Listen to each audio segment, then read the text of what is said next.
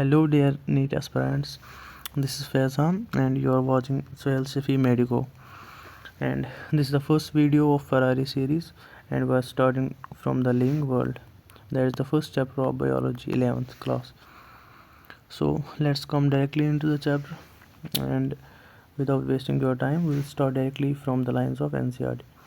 तो पहले आता है NCERT में the definition of biodiversity. Biodiversity क्या होता है? It is the number and type of organisms present on earth.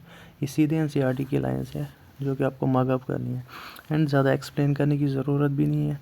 आप उस स्टेज पे हो भी कि आपको सिर्फ बस NCERT की लाइन्स रिमेंबर करनी है.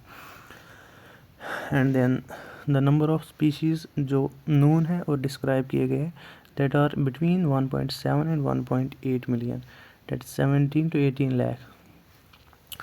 और for the naming of plants and animals अलग दो bodies रिवाइज की गई. प्लांट्स के लिए international code for botanical nomenclature and for animals it is international code of zoological nomenclature. और इसमें थोड़ी डिफरेंस है जो आपको ध्यान रखना है. प्लांट्स में international code for botanical nomenclature और यहाँ पे ऑफ है. फॉर और ऑफ में अच्छे से नज़र रखना क्योंकि कभी डायरेक्टली ये NCERT की डेफिनेशंस और ये जो एब्रिवेटेड फॉर्म्स होती है ये पूछते हैं और वहाँ फिर कन्फ्यूजन होता है. Let's come to the next slide. जो बायोलॉजिकल नेम्स होते हैं they are generally in Latin and written in italics. They are Latinized or derived from Latin irrespective of their origin. Whatever be the origin of biological name, they are always written in Latin. And then जब हम देखते हैं binomial nomenclature जो कि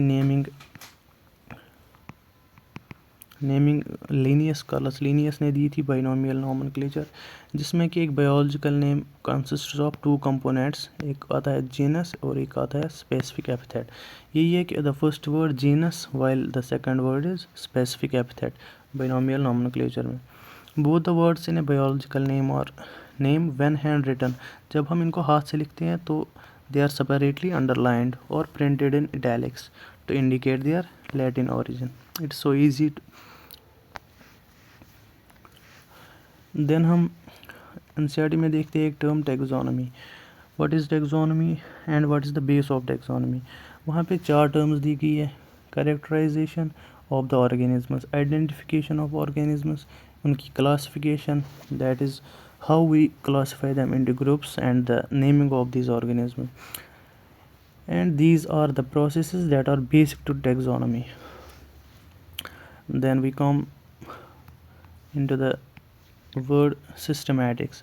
systematics होता क्या है? It's derived from systema which means systematic arrangement of organisms. जो कि हम एक पर्टिकुलर तरतीब में ऑर्गेनिजम्स को अरेंज करते हैं उसको बोलते हैं हम सिस्टमैटिक्स. अब सिस्टमैटिक्स इसने ज़्यादा हाइप क्यों पकड़ी other than taxonomy? Because it takes into account evolutionary relationships. It's important because it takes into account evolutionary relationship between organisms and it is most frequently asked question in the NEET. इस पे नज़र रखना थोड़ा अच्छे से. Solanum, Petunia and Datura are placed in the family Solanaceae. जब आप आगे टैक्सोनॉमिक हायरार्की देखेंगे वहाँ आप देखेंगे कि ऑर्गेनिजम्स को अरेंज किया गया है in different categories in different taxa from species to genus level and from species to kingdom. पहले genus then in the ascending order till the kingdom highest level. तो सोलनम हमारी जीनस रिप्रेजेंट करती है. ये हमारे जीनस है जिनको हम फैमिली सोलानेसी में रखते हैं. यही यहाँ जैसे यहाँ पे जीनस पैंथेरा है जिसमें आते हैं lion, tiger, Panthera leo, Panthera tigris, Panthera pardus and it is put along with genus Felis जो कि कैट्स की जीनस है. इनको हम एक साथ फैमिली फैलिडे में रखते हैं. And plant families like Convolvulaceae and Solanaceae. जो कॉन्वोल्वुलेसी और सोलानेसी है इनको हम ऑर्डर पॉलीमोनियल्स में रखते हैं. That is the important line जो इसमें है वो है ये mainly based on floral characters. इनको हम ऑर्गेनाइज करते हैं उन ऑर्डर पॉलिमोनियल्स में हम रखते हैं इन दो फैमिलीज़ को mainly on the basis of floral characters. That is the important thing to remember है. एंड टेक्सोनमी कैटेगरीज जो यहाँ पे आप देख रहे हैं ना, ये जो एक हायरार्की है, it is the hierarchy of organisms जिनको हमने अरेंज किया है असेंडिंग ऑर्डर में from species to kingdom level. जो कि इसकी एक इजी ट्रिक है कि पॉट्स क्लीन और फैमिली गेट्स सिक, जो कि एक घिसी पिटी ट्रिक है, सबको याद होती है. From species to kingdom level, it is the ascending order. Species the lowest level and then kingdom is the highest level. Then the lines of NCERT, as we go higher from species to kingdom, जब हम species से kingdom की तरफ जाते हैं, that's from the lowest to highest level, the number of common characteristics goes on decreasing. जो organisms के बीच के common characteristics है वो decrease होते हैं from the species level to kingdom level. That means lower the taxa, more are the characteristics that the members within taxon share. NCERT की lines है, अच्छे से markup करना. The system of providing a name with two components is called binomial nomenclature. As I already told you कि जो Carolus Linnaeus ने दी थी binomial nomenclature.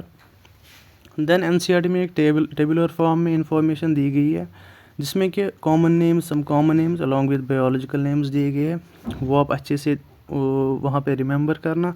इसमें क्वेश्चंस जनरली आते हैं, कोई एक जो कॉलम है इसमें, ये जो बॉक्सेस है ये मिसिंग होते हैं नीट में ऐसे, और यहाँ से बायोलॉजिकल नेम होता है और उसका जीनस मिसिंग होता है, और इसका किसी की फैमिली मिसिंग होती है, तो उसको अरेंज करते हैं नीट में ऐसे ही क्वेश्चंस में. So that was all from the living world. This was the first chapter of your biology 11th class, and thank you so much.